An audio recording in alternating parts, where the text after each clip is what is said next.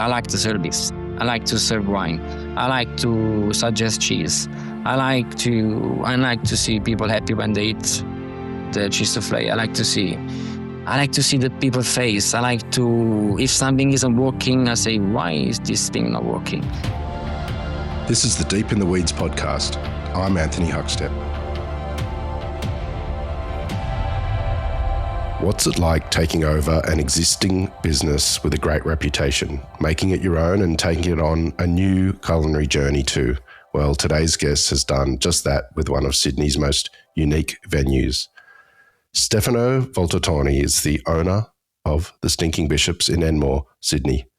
Stefano, how are you? Very good, very good. It's nice to meet you all. Yeah, it's great to get you on the show. You've taken hold of a really great venue in Sydney and taken it on a new journey. But how are things at the moment there? Well, I think business is always challenging, I would say, especially for small businesses. But we can't complain because we're working pretty well. Honestly, you have up and down as usual, but we have a good product. We have good customers, lots of regulars. So it's always great to see the business running. Probably, yeah. Yeah, tell us a little bit about the Stinking Bishops. I know people in Sydney will know it and love it, but tell us what you're doing there.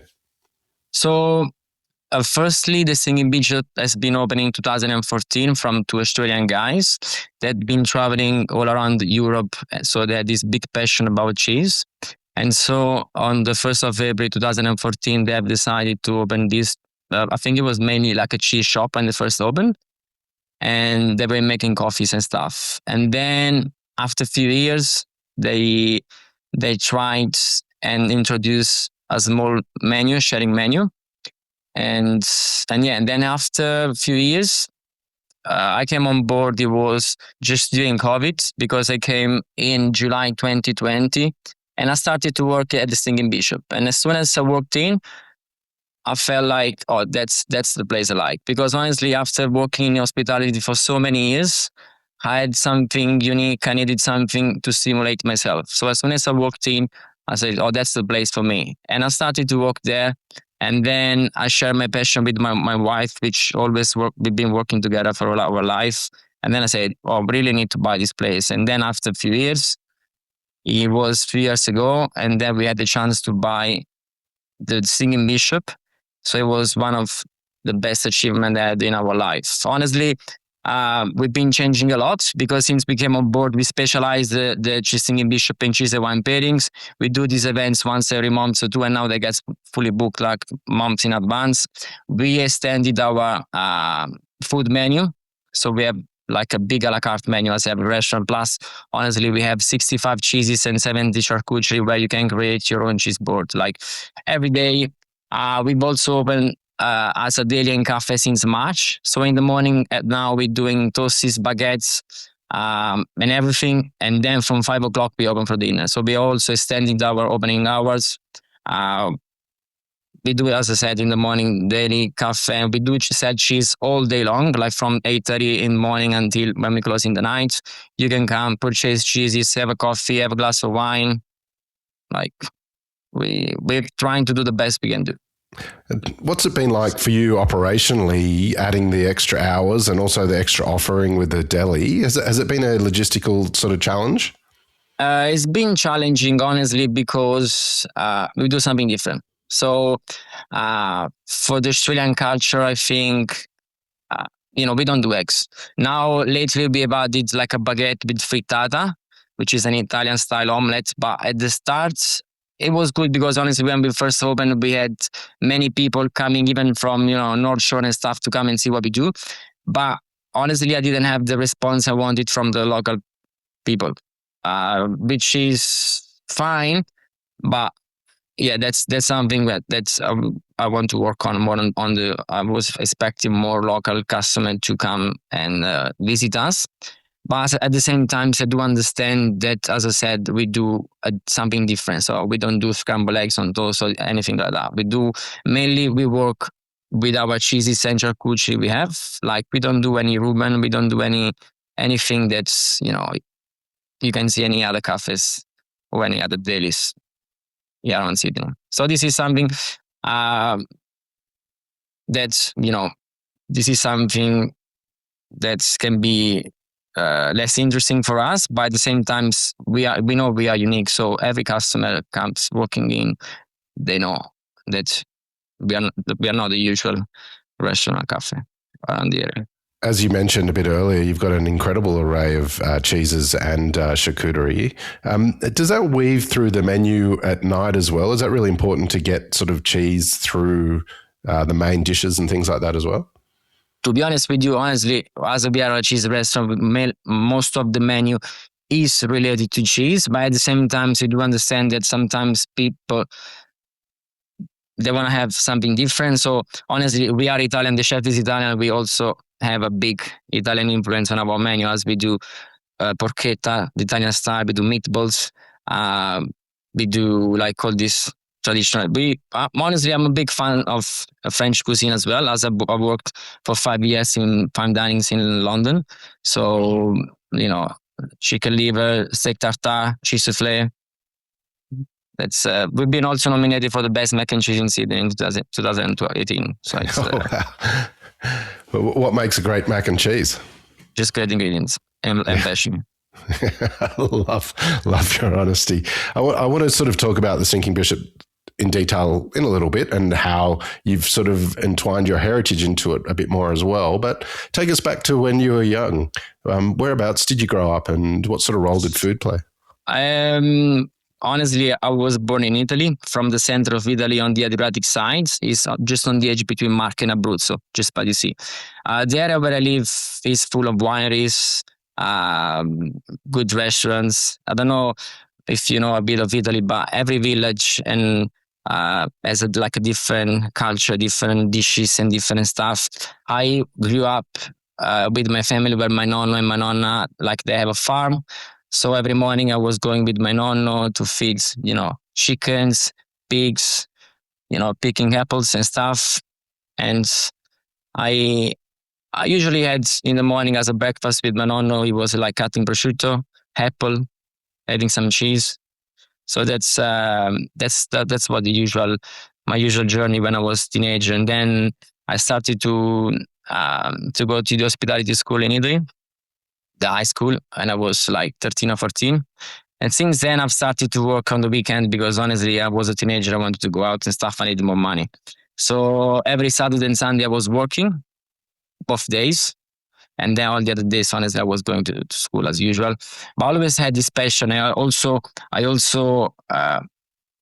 since 2 years before I was finishing the school, I already told my teacher, I said, listen, whenever I leave the school, even if I go through or not, as soon as I leave the school, I'll go to London. So even before my last year, I was already booked my tickets to London for the 8th of August of 2011. So honestly, I wasn't very good at school because I didn't like to study.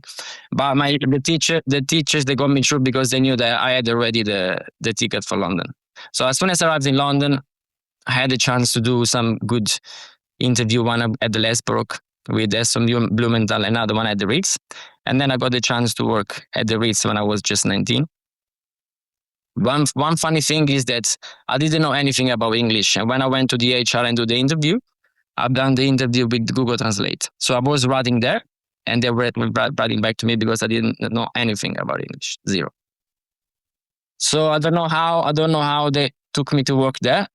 And then I worked there as a commis the rank, bringing up and down heavy trays with cloche and stuff. I think every tray was about 50 to 60 kilo because it was silver trays, silver plates and everything. And at that time I was 55 kilo. So I was 12 hours per day just running up and down the trays. Likely after 6 months, I got a promotion as a chef de rank. And then again there, I didn't speak any English, very barely. So when I was working with the head waiter, they were telling me, if any customer tells you something that you don't understand, you call me over. But the thing is that I had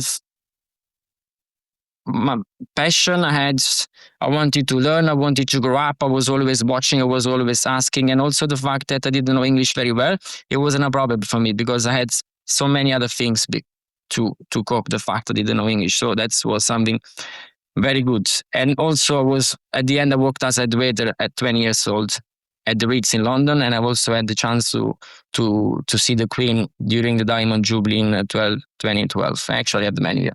Wow. Take us through that menu. Is there any standout stuff? That's huge. it's five pages. Oh wow! Okay, it's 5 pages. Yeah, but yeah, the experience in London, honestly, it's now that I'm 33, I realized what I was doing when I was 20, because then I spent 5 years in London, 1 year at the Ritz and 4 years at the Browns Hotel in Mayfair. And now that I'm 33, I say, wow, now I understand what I was doing when I was 20, because I was serving Roccoforte, the owner of the Browns Hotel, once a week. I was meeting Sir Frederick and Sir David Barclays every day. I seen the Queen.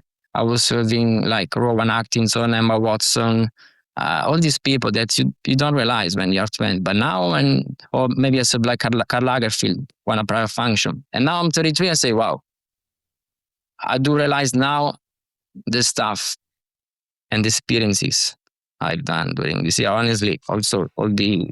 What did you take from your experiences in London? How much did you grow as a person and as a professional? To be honest with you, the experience I had in London is something I would suggest to any person like that want to work in hospitality. Like if like a 20 years old will tell me, oh, I want to work in hospitality is my passion, this is something I want to do for life, I would say, listen, you need to go to some of these places 1 year, 2 years. You see how the business works, how things need to be done. And then, you can do whatever you like. You can go, you can travel and do. But I think Europe in general, like I had this experience in London, like, I don't know, Paris or anything like this can be the same. But I think you need to have, if you really want to have, to work in hospitality with food or whatever in life, you need to do some big experiences where you have,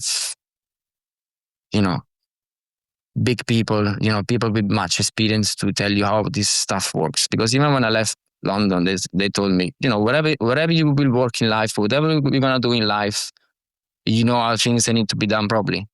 Because then, that's very important. Because, you need to know this, you need to know something, or, how things need to be done properly. I think it's, and also you need to be willing to learn. You need to understand when you need to be quiet. So you need to understand. They teach you when you work in big companies, when you work in big environment, they teach you all these things that, sometimes people, when they're 18, 19, they don't understand. It's very important. You learned the art of front of house and the likes in London. What did you learn? From serving at the table and service from your time in London. Everything. I know that I can't learn anything more than what I've learned in London, because, as I said, you have discipline. So they tell you how to speak with other people, how you need to speak with someone with a higher position. How do you relate yourself with the chef? What's the procedure? Uniforms, respect for the other staff, how you treat a customer, what type of dish you recommend to the customer depending on the weather. How do you talk to a person when you do like a carving at the table? What do you need to talk about? Everything. After your time in London, you spent some time in Switzerland as well. Tell us about that. What was that like? To be honest, after 5 years in London, I was feeling a bit overwhelmed because I had a big experience, and physically and mentally I was a bit tired. So I felt like doing something outside of the hospitality section, I would say. And then I went to work in Switzerland, where I was a butler for a boutique hotel. I was pretty young. Again, I was 24. I had a big experience, something different, but at the same time, it was very helpful for me to understand that I love serving people, I love serving food. So after that experience, then as I have Australian, because my father was born in Australia in 1950s, I decided to come to Australia for the first time. Then after that, in 2016. What was that experience like? Was Australia different to what you expected? No, in the sense that I knew that Australia was something different than Europe. So like the vibe was different, the culture of the hospitality was different. So I would say I had a great experience. Very nice. It hasn't been too long because I've only been 1 year in 2016, and then after that experience, just because I never had like a proper working experience in Italy, we decided to go back in Italy.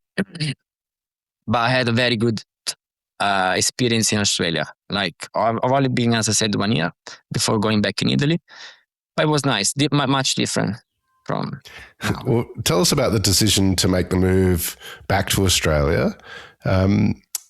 What triggered that, and what was it like sort of immersing yourself into the hospitality scene?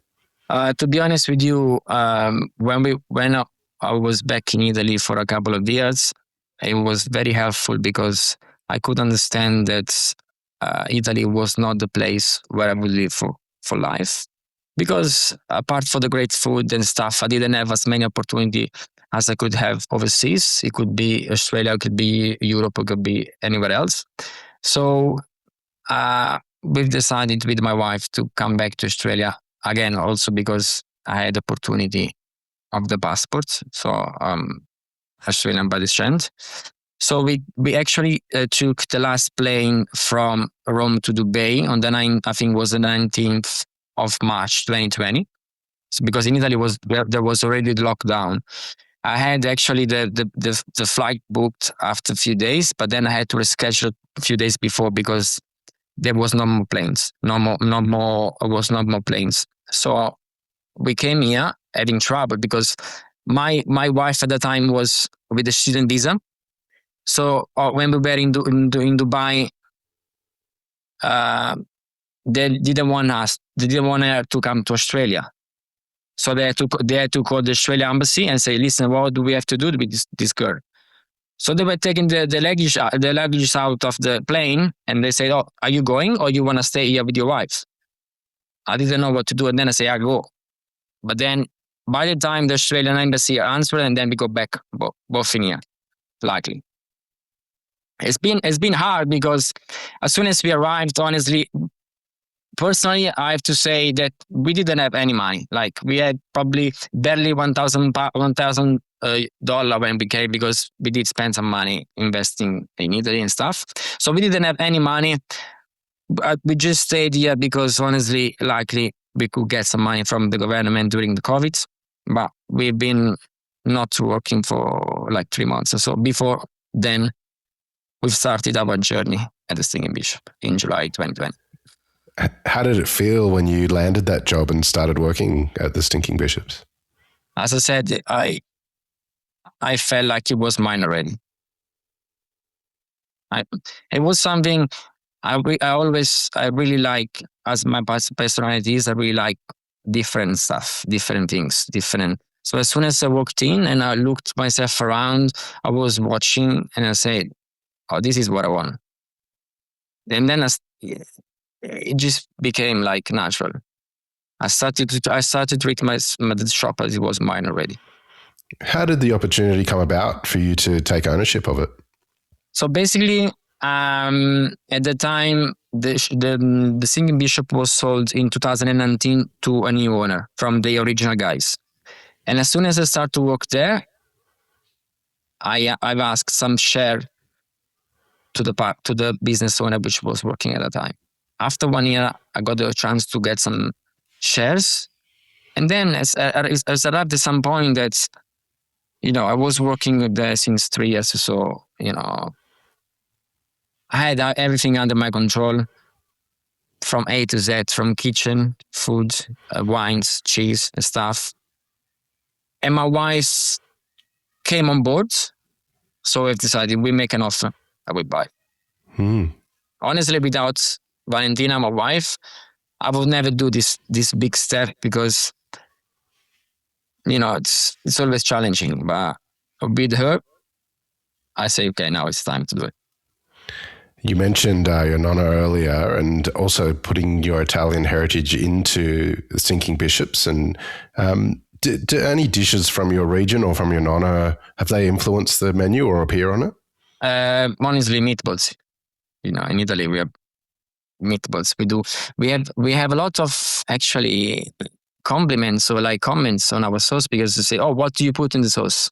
We don't like. It's simple. Like we only use celery, onion, carrots, tomato sauce. That's it.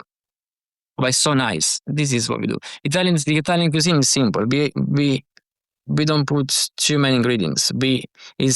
I think our culture is based on simple ingredients, olive oil, which honestly, I have to say this because 2 years ago I had an Australian chef and he didn't want me to buy extra virgin olive oil because he said, "Oh, I can't cook with this." I said, "Why?"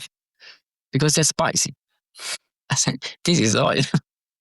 That's funny because sometimes when I say this to an Italian man, say, "What do you used to cook?" Say, "You wanted to have even like butter or like blended oil or olive oil plain, but we couldn't cook with the extra virgin olive oil." But going back to meatballs, or Italian cuisine. Italian cuisine is very simple. And I think as one thing which I'm proud to be Italian is the culture of eating and drinking. Like where I do spend money myself with Valentina is only drinking, going out for dinner, having a nice meal, having a bottle of wine. This is the most important thing for us. And it starts from since when you are young. Like I had the first bowl of chips myself when I was 10 years old, and I was on with friends, like on a soccer team, having like a team dinner. Since I was teenager, I never had anything bought from a supermarket in my mouth, because my mom, my nonna, they have a farm, so I was getting tomatoes from the farm, meat from the farm, everything from the farm. Nothing bought. My mom didn't buy anything. I was getting fried stuff once a week, maybe. That's it. Healthy life, like until I left my home. I didn't have anything, because we do care about what we eat. We do care about what we drink. My nonna makes wine. We do. That's our culture. This is what I'm proud of, being Italian. Simple things, yeah. As you've detailed, you've plied your craft in a few different countries. Is the hospitality scene and working in it and the guests a little different in Australia to your experiences abroad? Yes, very, very, very, very. To be honest, for me at the start, has been like a shock. A shock in the sense, as I said, there is not, I think, a big culture of hospitality in Australia, which when I came, it was a bit strange for me, because I was used to something else. Like I was used to a different, demanding customers, because in Europe we are demanding complaints every day. It's been hard at the start, and then I understood. The only thing, honestly, that's was a bit more painful, especially in the last 3 years, because is that I think that many people after COVID, they left Australia. Good people, like European, good people in hospitality, they just left Australia. And honestly, Sydney or Australia has been the last few years. I don't think it's worth to come to Sydney or Australia as it was 10 years ago. Even like money wise, prices are going up. You have, less potential with your wage you have weekly. So I think this is something sad to say to someone, to a young 20-year-old coming to Australia. Mm-hmm. Well, you've been amazing in taking on an existing business and really making it your own. What sort of advice would you have for professionals out there that might be looking to do the same and take over a business and then put their own mark on it? Have a plan. First is have a plan and know already where you need to get. And after this, the most important thing Luckily, unfortunately, it's the staff. Unfortunately, at the moment, especially as I said, with small businesses, the most important thing is staff and knowledge of the staff. You need to, I think it's very important that you get your staff involved in the project. You need to let them understand that they are part of the business, they are part of the group. If the business is successful, they will be successful. It's not the owner and the staff. That's something that need to be built together. This is very important. It needs to feel like a family, especially for small businesses. Everyone has to go in the same direction, because if you have 6, 7, 8 people working and 7 people that go in one direction, one person does not, the business will be struggling. That's very important. Well, you're a very big part of a very exciting road in Sydney in regards to food offering with really diverse operators. So what do you love about what you do? Everything. The only thing I don't like, my wife does for me, which is all the marketing, accounting and stuff. Whatever I do, I like. We work very well. This is one of the things, because I do things she doesn't do, and she does things I don't do. I'm more an operate person in the sense I like to service. I like to serve wine. I like to suggest cheese.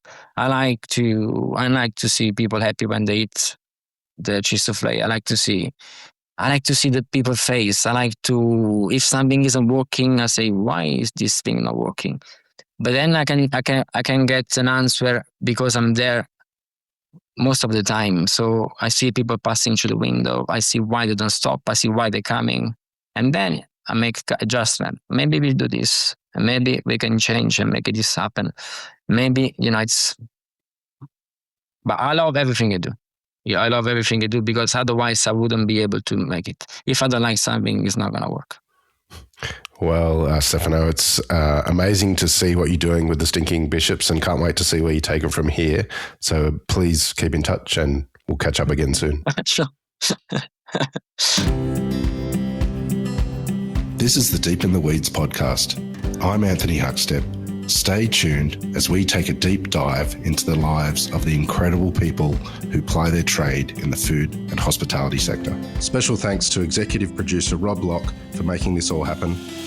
Follow us on Instagram at Deep in the Weeds Podcast, or email us at podcast@deepintheweeds.com.au. Thanks to executive producer Rob Locke for making this all happen. Stay safe and be well.